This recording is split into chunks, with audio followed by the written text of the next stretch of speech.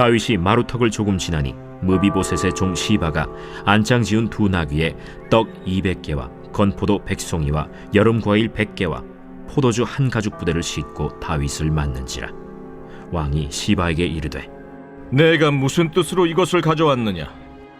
나귀는 왕의 가족들이 타게 하고 떡과 과일은 청년들이 먹게 하고 포도주는 들에서 피곤한 자들에게 마시게 하려 함이니이다. 내 주인의 아들이 어디에 있느냐? 예루살렘에 있는데 그가 말하기를 이스라엘 족속이 오늘 내 아버지의 나라를 내게 돌리리라 하나이다. 무미보셋에게 있는 것이 다 내 것이니라. 내가 절하나이다. 내 주 왕이여, 내가 왕 앞에서 은혜를 입게 하옵소서. 다윗 왕이 바후림에 이름에 거기서 사울의 친족 한 사람이 나오니 게라의 아들이요 이름은 시므이라. 그가 나오면서 계속하여 저주하고 또 다윗과 다윗 왕의 모든 신하들을 향하여 돌을 던지니 그때 모든 백성과 용사들은 다 왕의 좌우에 있었더라. 시므이가 저주하는 가운데 이와 같이 말하니라. 피를 흘린 자여, 사악한 자여, 가거라, 가거라. 사울의 족속의 모든 피를 여호와께서 내게로 돌리셨도다. 그를 이어서 내가 왕이 되었으나 여호와께서 나라를 내 아들 압살롬의 손에 넘기셨도다. 보라, 너는 피를 흘린 자이므로 화를 자초하였느니라 하는지라. 스루야의 아들 아비새가 왕께 여짜오되, 이 죽은 개가 어찌 내 주 왕을 저주하리까? 청하건대 내가 건너가서 그의 머리를 베게 하소서. 스루야의 아들들아, 내가 너희와 무슨 상관이 있느냐? 그가 저주하는 것은 여호와께서 그에게 다윗을 저주하라 하심이니 내가 어찌 그리하였느냐 할 자가 누구겠느냐? 또 다윗이 아비새와 모든 신하들에게 이르되, 내 몸에서 난 아들도 내 생명을 해하려 하거든 하물며 이 베냐민 사람이랴. 여호와께서 그에게 명령하신 것이니 그가 저주하게 버려두라. 혹시 여호와께서 나의 원통함을 감찰하시리니 오늘 그 저주 때문에 여호와께서 손으로 내게 갚아주시리라. 다윗과 그의 추종자들이 길을 갈 때 시므이는 산비탈로 따라가면서 저주하고 그를 향하여 돌을 던지며 먼지를 날리더라. 왕과 그와 함께 있는 백성들이 다 피곤하여 한 곳에 이르러 거기서 쉼이라. 압살롬과 모든 이스라엘 백성들이 예루살렘에 이르고 아히도벨도 그와 함께 이른지라.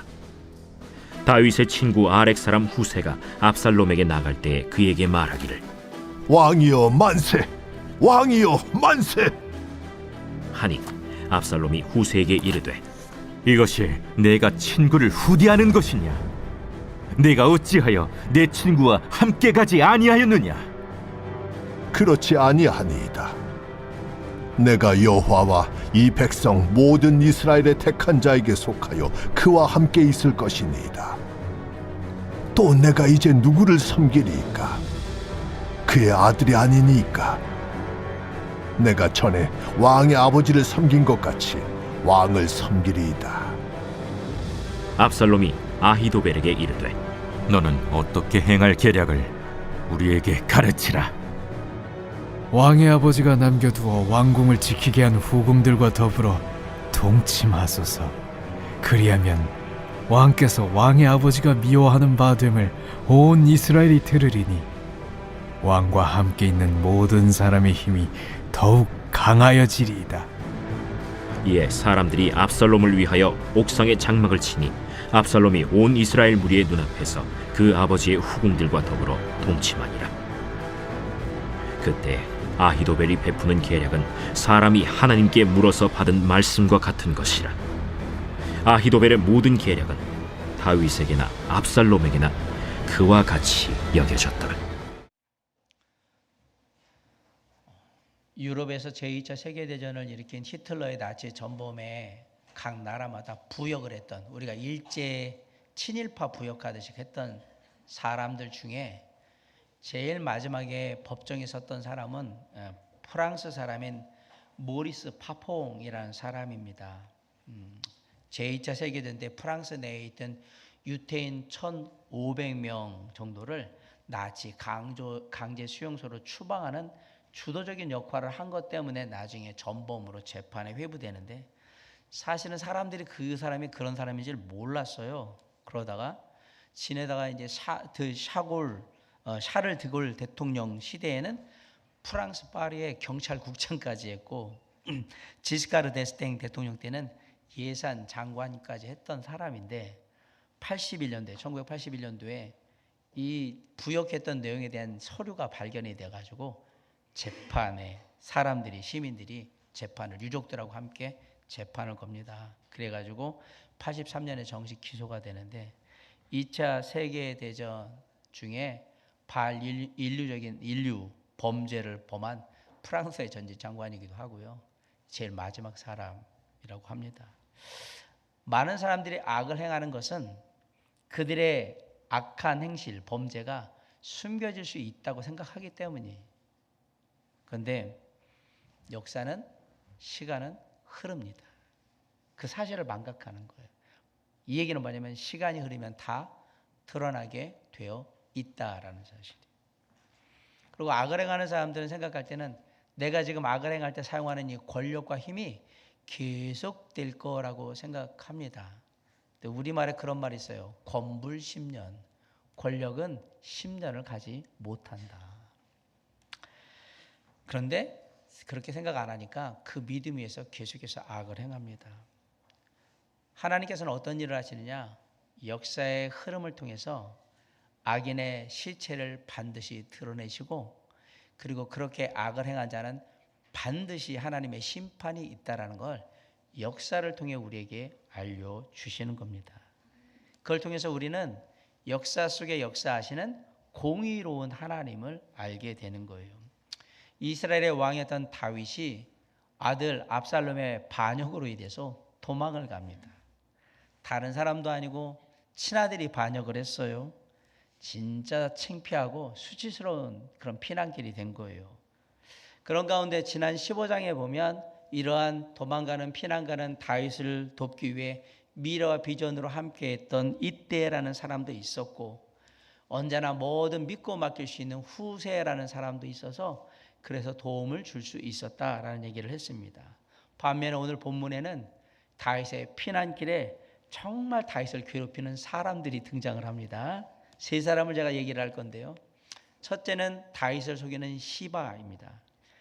1절을 우리 한번 다 같이 읽어보겠습니다. 시작. 다윗이 마라턱을 조금 지나니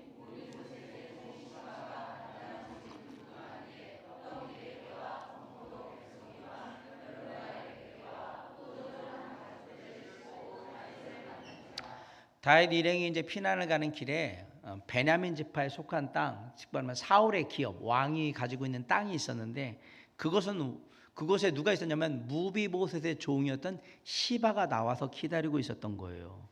시바는 원래 사울 왕의 종이었는데, 다윗이 이제 사울 왕 죽고 나서 다윗이 명령을 해서 너 손자 무비보셋 집에 가서 무비보셋 돌보라고 그렇게 얘기했던 거예요.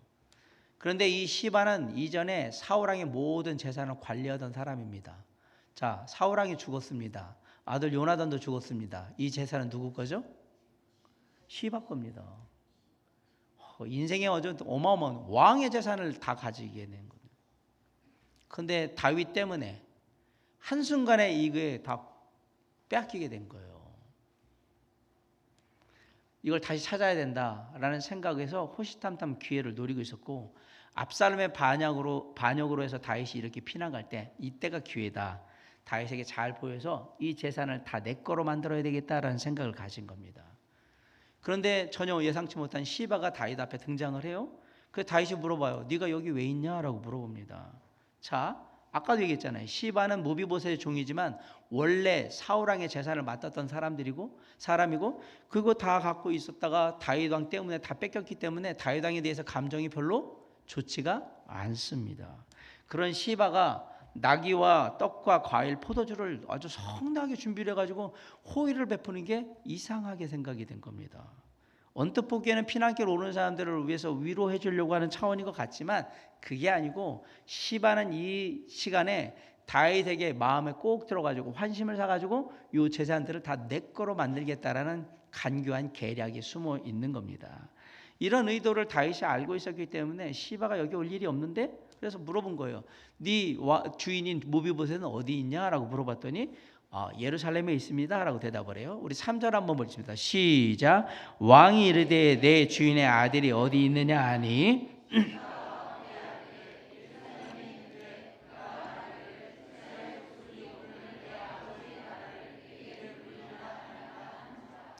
(3절의) 이 말은 반은 맞고 반은 틀립니다. 이거는 시바가 다윗 왕을 속이기 위해서 거짓말을 한 거예요. 뭐가 맞냐? 시바가 자기 주인인 무비보셋이 예루살렘에 있다라는 말은 맞습니다. 예루살렘에 그때 있었으니까. 근데 뭐라 그러면 무비보셋이 예루살렘에 있는 이유가 뭐냐면 다윗에게서 그 왕권을 다시 되돌려받고 자기의 나라를 세우는 왕이 되기 위해서 가 있는 거예요 라고 거짓말을 한 거예요. 무비보셋은 그럴 생각이 전혀 없습니다. 여기서 우리는 이 말을 한 시바의 진짜 정체를 알게 되는 거예요. 지금 얘기하는 거예요. 시바는 다윗 왕인데 압살롬이 사울 집안에 있는 무비보셋을 왕으로 삼으려고 그렇게 해서 반역을 일으킨 거예요. 이렇게 거짓말을 한 거예요. 사실 무비보셋은 다윗에게 배은망덕하게 그렇게 할 이유도 없고요. 그리고 무비보셋은 신체적인 이유만으로도 왕이 될 수가 없습니다. 왜요? 이스라엘의 왕은 백성들을 위해서 전쟁터에 나가서 싸워야 되는 사람인데 다리를 못 쓰는 장애인인 무비보셋이 시바 말대로 왕이 될 수가 없어요. 이게 왕이 멀쩡한 왕이었다가 전쟁터에 나가서 다쳐서 다리를 다쳤다 그러면 이건 존중받을 일이지만 태어나서 다친 이런 왕을 받지를 않는단 말입니다. 따라서 이 모든 말은 시바가 무비보셋을 모함하기 위해서 한 거짓말, 악한 말인 거예요. 그런데 더 놀라운 건 이 악한 말을 듣고 다윗이 마음이 상했다라는 얘기입니다. 자식이 말이야, 내가 이거 은혜 베풀어가지고 말이야 다 해주고 그리고 먹고 살게 해줬더니 말이야 뒤통수 치려고 지금 가가지고 예루살렘 가서 그러고 있어? 이런 마음이 들은 거예요. 시바 말을 그대로 믿고. 4절 한번 봅시다. 시작. 왕이 시바에게 이르되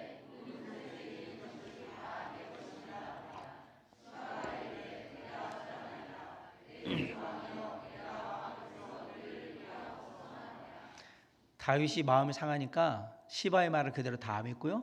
재산을 다 이거 네가 가져. 그리고 다시 돌려줘 버린 거예요. 의도가 있을 거라고 생각을 했는데 마음이 상하니까 그런 생각 하나도 안 들고 기분 나쁘니까. 그러니까 공의로운 판단을 하지를 못하는 겁니다. 비난길이에요. 정신적으로도 어려워요. 육체적으로도 힘들고 근데 영적으로도 지금 상태가 안 좋은 상황에서 지금 이런 일들이 벌어지는 거예요. 사실 큰 어려운 일들을 당하면 그 순간에 올바른 판단을 한다는 거 그게 쉽지가 않습니다. 그래서 항상 어렵고 힘든 일이 있을 때는 누군가 옆에서 위로해주고 격려해주면서 어떤 결정을 내릴 때는 좋은 판단을 내릴 수 있도록 올바른 판단을 내릴 수 있도록 조언해 줄 수 있는 사람들이 옆에 꼭 있어야 하는 게 필요하다라는 얘기입니다. 그런데 그런 사람들을 만나기가 그렇게 쉽냐? 그렇지 않습니다. 여러분 다윗이 아주 형편없는 신앙이라서 지금 이런 결정을 내렸다고 생각하시면 안 됩니다. 이런 상황에 처하게 되면 누구라도 이렇게 잘못된 판단을 내릴 수 있다라는 얘기입니다.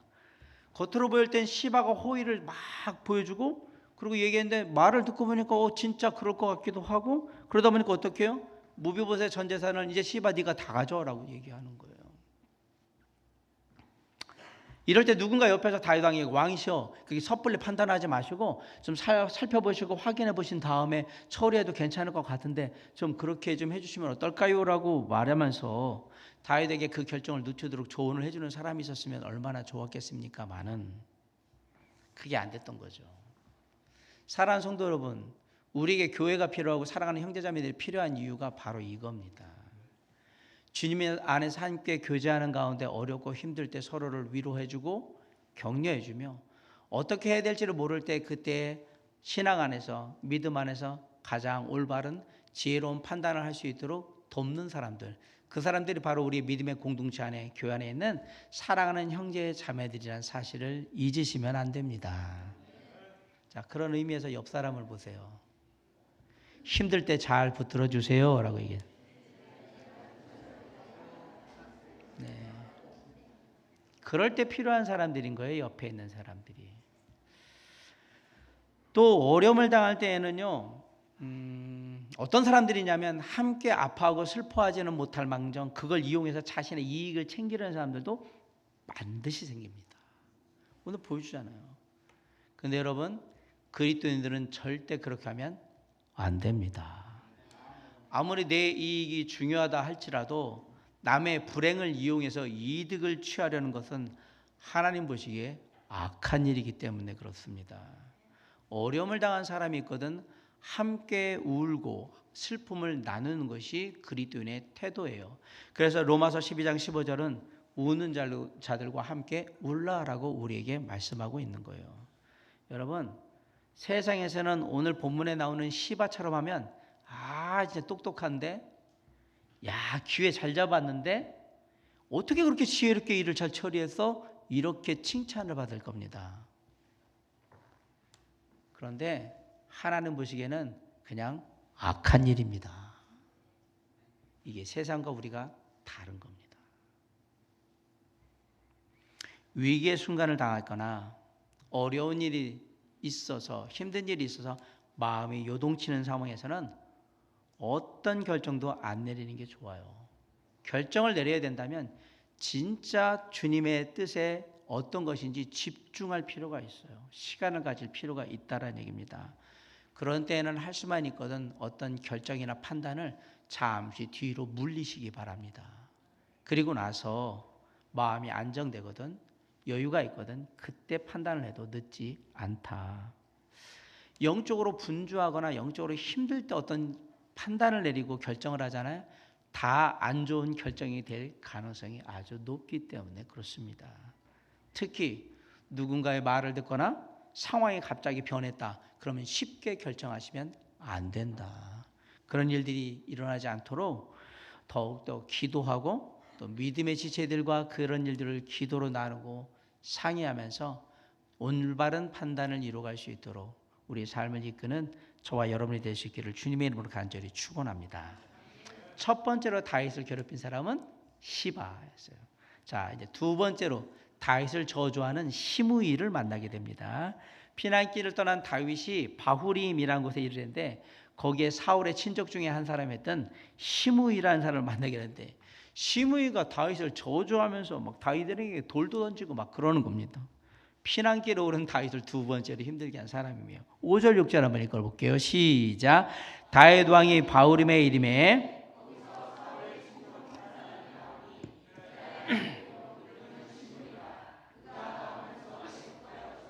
6절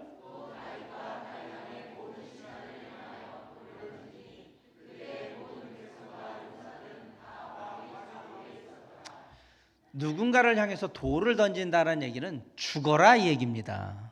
시므이가 다윗에게 돌을 던졌다는 얘기는 나는 당신이 죽을 만한 큰 죄를 지은 사람이라고 생각을 하고 그 사람들도 똑같이 그렇게 생각할 거라서 나는 당신을 그렇게 취급하겠습니다. 이렇게 얘기를 하는 거예요. 연이어서 시므이는 다윗에게 입에 담지 못할 저주를 퍼붓습니다. 7절 8절 있습니다. 시작. 시므이가 저주하는 가운데 이와 같이 말하니라. 8절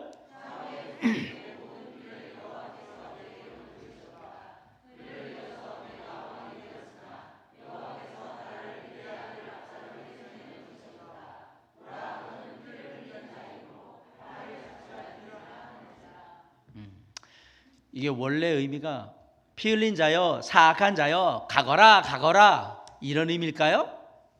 여러분이 볼 때 제가 이런 부분에 보면 성경 번역하는 분들이 옛날 분들이기 때문에 나름 또 예의를 지킨다고 뭔가 또 그래도 우리가 또 유교의 선비정신 양반정신 뭐 이런 또 도덕 이런 걸 봐서 표현을 성경을 이런 식으로 표현하면 원래 의도하고 많이 벗어나는 거예요. 이게 난제예요, 난제. 한글 성경이 다 이런 식이에요. 이 말은 그런 말이 아니에요. 우리가 말하면 심하게 야이 그러면서 XX 그러면서 막 얘기를 했다라는 얘기예요. 이 사람 죽인 놈이 이놈의 자식이 아주 이 범죄자 그러면서 막 욕을 하면서 여기들 놀 때 이 불안당 같은 놈 막 이런 얘기를 한 거거든요. 너 같은 놈이 어떻게 왕인지 막 이렇게 한 거지.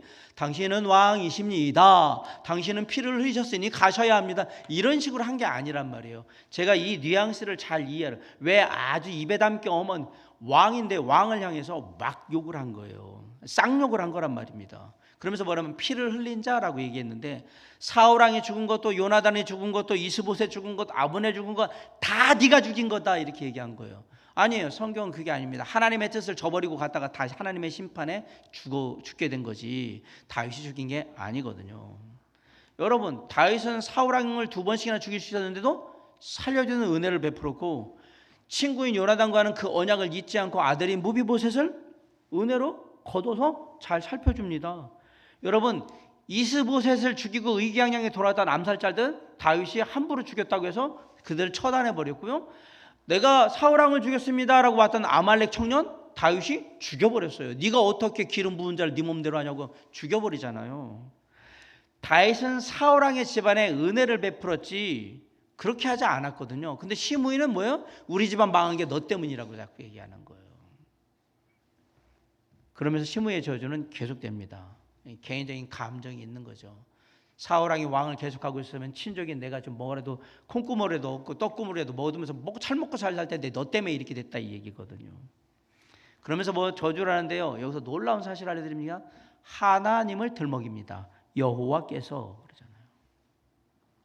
사랑하는 성도 여러분, 하나님 이름을 걸었다고 해서 다 하나님의 뜻에 맞는 거냐? 그것은 아닙니다.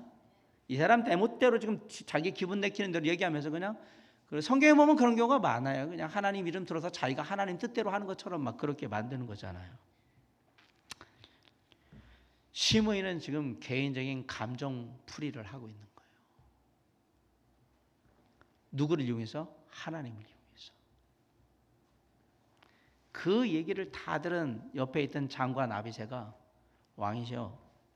당장 가서 제가 그냥 뭘 쳐 죽이겠습니다. 그랬더니 하나님 다윗이 뭐라면 이 모든 일을 그만둬라. 하나님께 맡긴다. 9절, 10절, 11절 한번 읽어볼게요. 시작. 수레의 아들 아비새가 왕께 여짜오되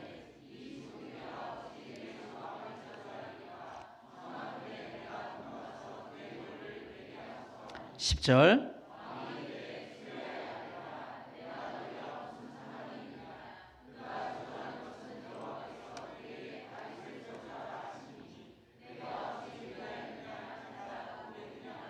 11절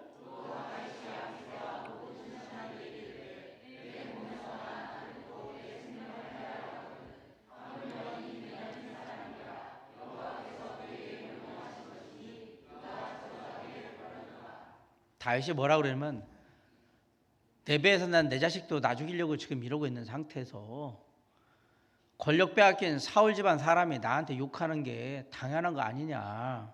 그거 뭐가 문제가 되냐. 그냥 둬라. 만약에 진짜 하나님의 뜻이어서 그 사람 입에서 나한테 저주가 들어주면 나는 그 저주를 다 받아야 되는 입장이고 혹시라도 하나님의 뜻은 아니야. 근데 저 사람이 막 하는데 하나님 보시기에 다윗이 그 정도 욕먹을 정도로 이렇게 저주받고 이럴 정도는 아닌 것 같은데 왜 사람들이 그러지? 라고 해서 하나님이 저렇게 말하고 행동하는 것에 대해서 아이고 좀 다윗이 좀 불쌍하네 라고 생각해서 아이고 내가 이 저주받은 걸 축복으로 바꿔주면 좋겠다 이렇게 바꿔주실지 누가 알겠냐. 그러니까 그냥 둬라 그렇게 얘기한 거예요. 다윗은 악을 악으로 갚기보다는 공의로우신 하나님의 판단에 모든 처분을 맡겼다 얘기입니다. 이 시므이 지금 다윗이 피난길에 오를 때는 막 돌 던지고 욕하고 막 먼지 뿌리고 막 흙 뿌리고 막 이랬잖아요. 나중에 다윗이 다시 압살롬 처리하고 이 쿠데타 진압하고 반역 진압하고 나서 다시 돌아올 때 예루살렘 돌아오는 길에 넙죽 엎드려 가지고 한 번만 살려주세요. 그러면 다윗이 한 번만 살려주세요 하는 시므이 요놈 요 저주했던 놈 요놈 바로 죽였을까요? 아니요. 다윗이 시므이를 살려줍니다. 놀랍게도 살려줘요. 어떻게 하느냐? 나중에 아들 솔로몬에게 유언을 합니다. 저 시므이는 반드시 처리해라. 솔로몬이 네 알았습니다 아버지. 그리고 나중에 처형해 버립니다. 악인은 반드시 심판을 받는다. 시므이가 하는 정말 말도 안 되는 말을 들을 때 다윗이 얼마나 억울했을까요? 내가 이렇게까지 살았던 건 아닌 것 같은데. 13절을 보면요, 계속 따라오면서 저주했다. 욕하면서 돌 던지고, 그리고 먼지 막 흙 뿌리고 막 난리도 아니었던 거예요. 근데 가만히 생각해 보세요. 시므이 배짱이 대단하죠, 그죠? 이거 목숨 걸고 하는 거예요. 왜? 다윗 왕 옆에는 산전수전 다 겪은 용맹한 군사들이 많아요. 그 중에 하나만 걸려도 자기는 진짜 목 날아가는 거거든요. 근데 왜 이렇게 하고 있었을까? 그건 다윗 왕이 그냥 둔 거예요. 그냥 하게 놔두라. 하나님의 처분에 맡긴다. 그러니까 막 뭐예요?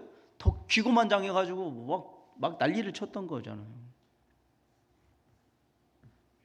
기분 안 좋아서 나 지금 피난 가는데 기분도 안 좋은데 저 녀석까지 하니까 가서 그냥 죽여버려라 그러면 그걸로 끝인데 죽이지 않습니다. 그러니까 기세등등해서 난리를 치고 옆에 있는 그 부하들은 막 피가 거꾸로 솟죠. 자기 왕한테 막 저렇게 하는 거 그냥 가서 한 주먹거리도 안 되는 거 상대가 안 되잖아요. 이거 싸움 상대가 되겠냐고요. 안 되지. 근데 왕이 죽이지 말고 그냥 두어라. 놀랍게도 그 상황에서 다윗은 흥분하거나 화를 내지 않고요, 영적으로 침착한 모습을 보여줍니다. 로마서 12장 19절에 내 사랑하는 자들아 너희가 친히 원수를 갚지 말고 하나님의 진노하심에 맡기라. 기록되었으되 원수 갚는 것이 내게 있으니 내가 갚으리라고 주께서 말씀하시니라. 언제나 공의로우신 하나님께 맡기시기 바랍니다. 살다 보면 억울하게 생각지도 못했는데 나를 욕하고 나에게 책임을 떠넘기고 나한테 뭐라고 하고 나를 힘들게 하는 사람 자주 만나게 될 겁니다. 가끔 아니고 자주 만나게 될 겁니다. 운전할 때 한번 해보세요. 차를 운전하는데 휙 앞에 껴들어가지고 뭐 확 서버리고 이씨 나가서 뭐 세우고. 그리고 요즘 뭐예요? 보복 운전한다고 막 그러다가 이제 해가지고 사람 죽고 막 그러잖아요. 자주 있습니다. 도로에 가면 길 가다가 툭 쳤어요. 자기가 쳤어. 눈 똑바로 안 뜨고 다녀? 그러면서 막 욕 자기가 쳐놓고 사람 많은 데서 욕하고 막 성질 낼 때 어떤 일을 부탁해가지고 잘했는데 이거 내가 원하는 거 아닌데 일도 못하냐고. 이 능력도 없는 게 뭐 돈 벌어먹고 이거 월급 받아먹고 있다 막 이러고 말하는 사람들이 만나면 어떡할 겁니까? 있잖아요. 주변에 자주 만나셨잖아요. 당장은 기분 나쁘고 억울하고 화가 나죠. 생각 같아서는 소리 콜콜 지르면서 막 나도 따지고 싶고 쌍욕이라도 내뱉고 싶고 주먹질이라도 하면서 막 하고 싶죠. 그런데 우리가 그리스도인이기 때문에 그렇게 안 합니다. 이유가 뭔지 아십니까? 혹여라도 내가 그 순간에 내가 했던 행동이나 말이 하나님의 이름을 욕되게 하지는 않을까라는 생각 때문에 우리는 자제하는 겁니다. 그죠? 그때 우리가 기억해야 될 하나님이 누구냐? 다윗이 의지했던 공의로우신 하나님을 기억하셔야 합니다. 시편 140편 12절에 내가 알거니와 여호와는 고난당하는 자를 신원하시며 궁핍한 자에게 공의를 베푸시리로다 라고 했습니다.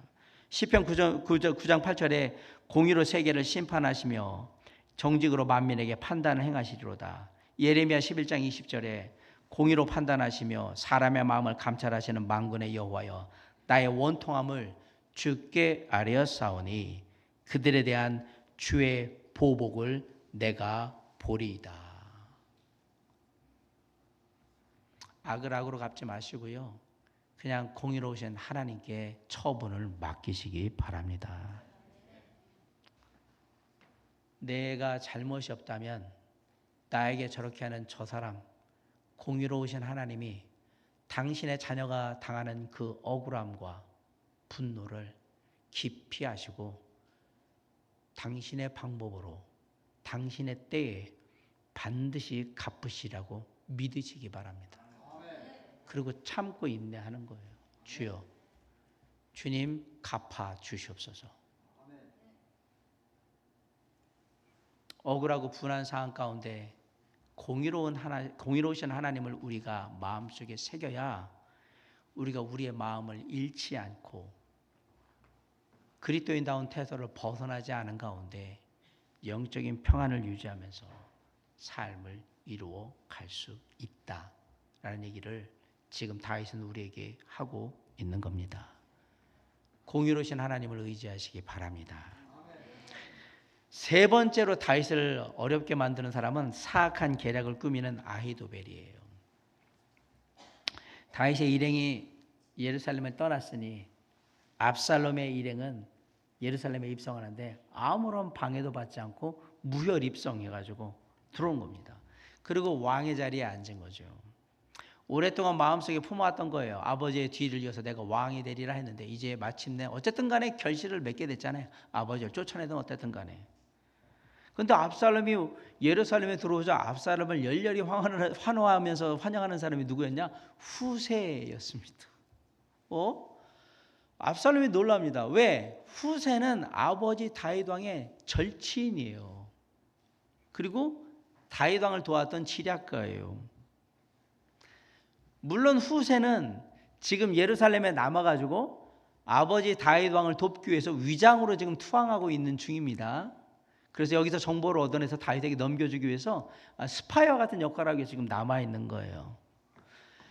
압살롬은 후세가 아버지 다윗 왕을 배신하고 자신에게 붙었다라는 사실이 내심 좋아요. 너무 좋아요. 그런데 한쪽으로는 의심스러워요.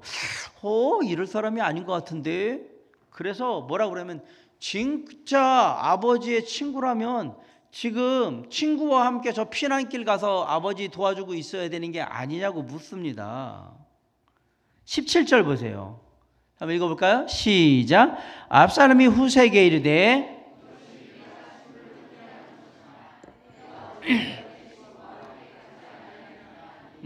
너 거기 왕한테 같이 아버지한테 같이 가 있어야 되는 건데. 근데 후세는 이런 걸 다 간파하고 이렇게 생각하고 압살롬의 마음에 쏙 들기 위한 대답을 합니다. 그 허영심을 만족시키기 위한 대답을 합니다.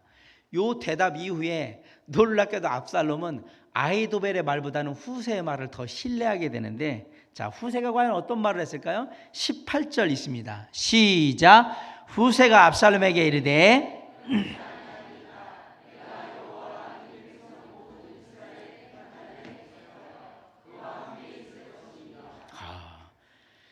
후세는 압살롬에게 있어서 가장 큰 상처가 뭐냐? 아버지 다윗 왕에게 인정받지 못해가지고 왕이 못됐다라는 것을 상처가 있는 걸 알아요. 그래서 뭐라고 얘기하냐면 여호와 하나님과 이스라엘 모든 백성이 택하신 분이 당신이라고 얘기한 거예요.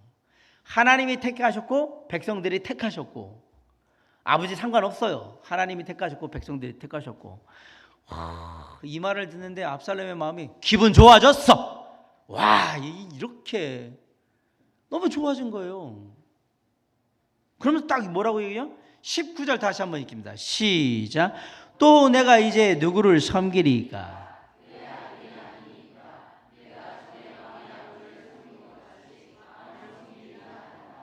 그러면서 여기에 이제 충성심으로 쐐기를 박는 거예요.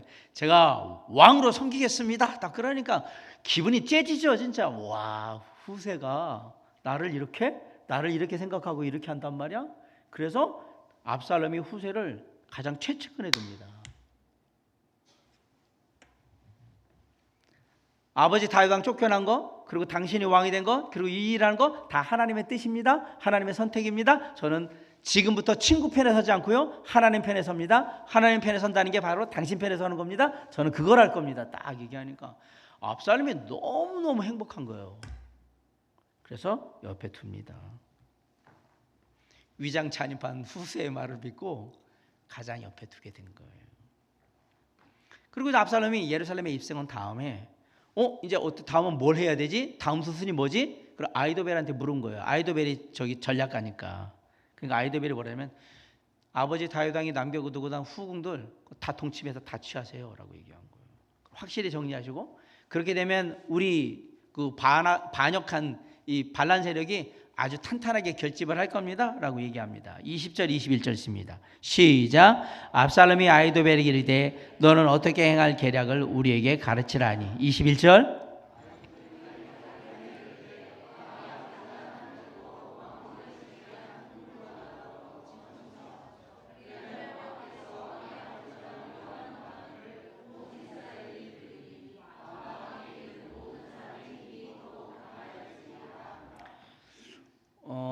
나라와 전쟁을 해서 어느 나라가 그 나라를 이겼어요. 그리고 들어가서 왕이 데리고 있던 여인들을 다 취하는 거, 그거는 그 당시에는 흔한 일입니다.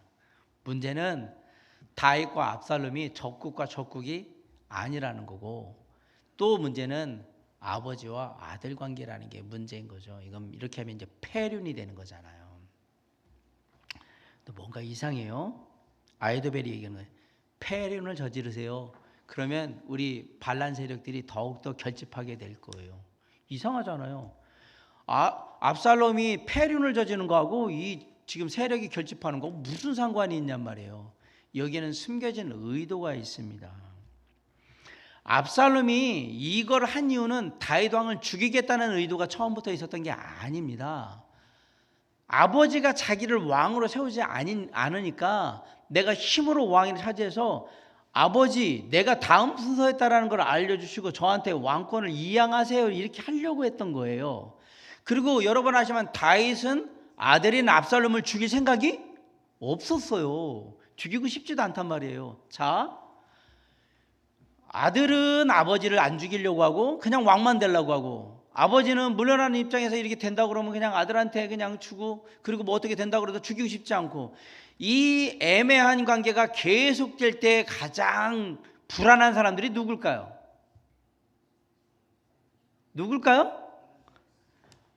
이 반란을 함께했던 신하들, 아히도벨과 함께했던 이 사람들이 가장 불안한 거예요. 이러다가 다윗 왕 돌아오면 어떻게 돼요? 큰일 나요. 여기에서 가장 안 좋은 그림이 뭐냐? 다윗이 그래 내가 왕이 물려주고 그리고 나 물러날 테니까 네가 왕해라. 네 아버지 저도 그걸 원합니다. 오십시오. 이래버리면 가장 문제가 되는 거예요. 그럼 뭐 해야 됩니까? 아들과 아버지의 관계를 완전히 절단을 내야 된단 말이에요. 그게 뭐예요? 폐륜을 저지르게 만들어야지. 아버지도 용납할 수 없고 아들로서는 하지 말아야 될 짓을 하게 만들고, 아히도벨이 그걸 하라고 한 거예요. 그걸 정확하게 알고 있으니까 우리가 살려면 반드시 이 짓거리를 하게 만들어야 된다. 그래서 후궁들하고 다 동침해가지고 당신이 폐륜하라는 거, 그래서 이제 더 이상 아버지와는 연결 안 된다라는 것을 보여주세요. 그러면 우리가 힘을 보태겠습니다. 그 얘기 뭐냐면 그래야 우리가 살아요 이 얘기거든요. 폐륜 행위를 통해서 돌이킬 수 없는 강을 건너게 만드는 겁니다. 얼마나 사악한가요? 자신의 안위를 위해서 이렇게 하는 겁니다. 그리고 22장 22절 23절에 보면 아히도벨의 이 계략을 따라가지고 압살롬이 그대로 하고 있습니다. 그 당시에 아히도벨은요 사람들한테 되게 신망받는 사람이고, 그 얘기는 이게 맞아, 이게 하나님 뜻이야 이렇게 사람들이 생각할 정도였단 말이에요. 그러나 사람들이 아무리 아히도벨에 대해서 그렇게 생각할지라도 하나님 보시기에는 그냥 사악한 짓입니다. 아무것도 아닙니다. 하나님은 이미 나단 선지자를 통해서 이 부분에 대해서 예언을 하셨어요. 이 사악한 짓거리를 할 거라는 거, 그리고 계속해서 그 부분에 대한 심판이 있을 거라는 것.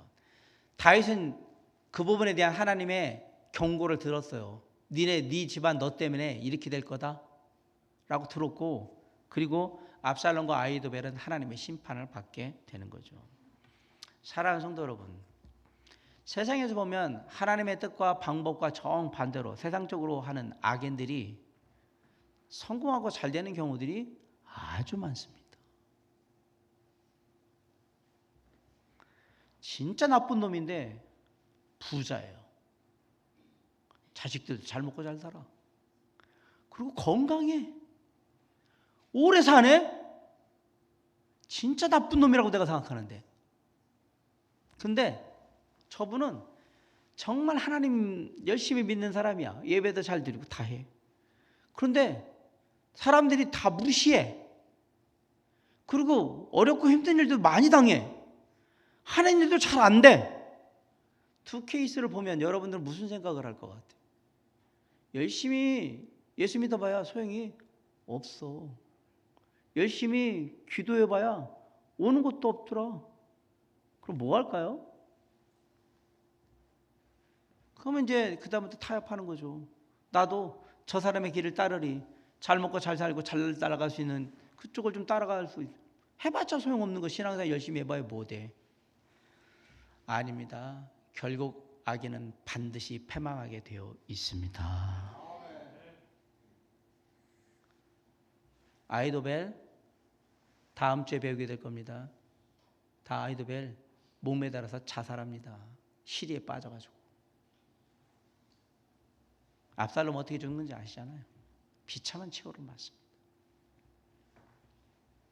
물론 이 땅에 있는 동안 우리가 기대하는 심판이나 우리가 기대하는 보상이 이루어지지 않을 수 있습니다. 죽을 때까지 저 나쁜 놈 내가 죽는 것은 내가 보고 진짜 심판받는 건 내가 보고 죽고 싶은데 이런 마음이 들 때가 있잖아요. 근데 그게 안 이루어질 때가 있을 거예요. 안 될 거란 얘기예요. 그리고 내가 진짜 이렇게 살았는데 하나님께서 뭔가 좀 이 땅에 사는 동안 마지막으로도 뭔가 하나 좀 주시지 않을까 기대했는데 하나도 안 주시는 것 같이 그렇게 될 때가 있을 겁니다. 근데 꼭 기억하세요. 하나님은 악을 반드시 심판하시고 하나님의 자녀는 반드시 축복하시는 공의로우신 하나님이십니다.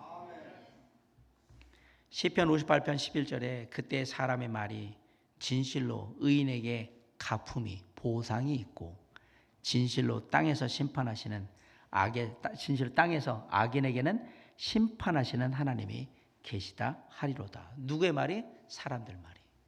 야, 진짜네. 하나님 믿는 사람들은 보상받고 악한 자들은 반드시 심판받네. 누가? 사람들이 그렇게 말할 때가 올 겁니다.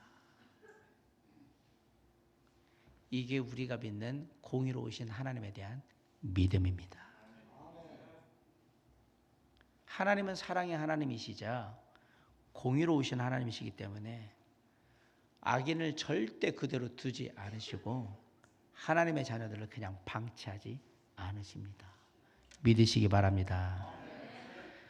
그래서 잠언 24장 19절에 이렇게 얘기한 거예요. 너는 행악자들로 말미암아 부음을 품지 말고. 세상에서 악한 짓거리 하면서 잘 먹고 잘 산다고 하는 사람들 그거 보고 화내지 말고 악인의 형통함을 잘 먹고 잘 살아 아들도 잘 먹고 잘 살아 그거 부러워하지 말라. 왜? 반드시 하나님의 심판이 있습니다. 비록 내가 죽을 때 보고 싶은데 못 볼 수는 있겠죠. 하나님은 얘기하시는 거예요. 나는 공의로운 하나님이라. 하나님 뭐하고 계실까요? 그냥 주님께서 심판하실 때를 기다리고 계시는 것 뿐입니다. 사랑하는 성도 여러분, 가장 비참한 그 순간에도 하나님의 영적인 시간표를 보실 줄 알아야 합니다. 공의로우신 하나님이 이루어가는 그 시간의 계획들을 믿으셔야 합니다. 억울하지만 보고 싶지만 그건 하나님의 계획 가운데 있는 일들이거든요. 하나만 믿으면 돼요. 내가 살아있으나 죽으나 상관없이 공의로우신 하나님은 반드시 의인은 보상하시고 악인은 심판하신다고 믿으시면 됩니다. 오늘도 그런 마음으로 삶의 가장 비참한 순간에 있거든 기억하세요. 나를 향해 내가 하나님의 자녀이면 하나님은 나를 붙들어 일으켜 세우시며 나를 축복하실 것이고 내 주변에 나를 힘들게 어렵게 하는 사람들이 악인이라면 걱정하지 마세요. 주님께서 다 심판하실 겁니다. 하나님의 자녀를 괴롭히는 자를 주님은 그냥 두지 않으신다. 그것이 내가 믿는 공의로운 하나님의 모습이라는 것을 믿고 어떤 순간에도 영적인 평안함, 평정심을 잃지 마시고 그 하나님을 의지함으로 인내하고 기다리며 담담히 묵묵히 우리의 삶의 걸음을 이어가는 저와 여러분이 될 수 있기를 주님의 이름으로 간절히 축원합니다. 기도하시겠습니다. 사랑과 은혜가 풍성하신 아버지 하나님, 이 시간 기도합니다. 공의로우신 하나님, 우리 하나님, 가장 비참하고 어렵고 힘든 순간에도 그 하나님은 나와 함께 하신다는 사실을 잊지 않게 하시며 그 하나님은 마침내 사랑하는 자녀들을 붙드시고 일으켜 세우시며 높이 들어 올리실 거라고 믿고 오늘도 나아가옵나니 주님 함께하여 주시옵소서. 악인의 잘됨과 악인의 형통함을 부러워하지 않고 하나님의 처분에 맡길 수 있는 영적인 여유로움을 갖게 하시고 평안함을 통해서 세상을 바라볼 수 있도록 은혜를 허락하여 주시옵소서. 모든 것 가운데 모든 일을 능히 이루실 줄 믿고 또 사랑하는 자녀들을 붙드시는 주님께 모든 것 맡겨며 감사하며 우리 주 예수 그리스도 이름으로 간절히 기도를 쌉나이다. 아멘.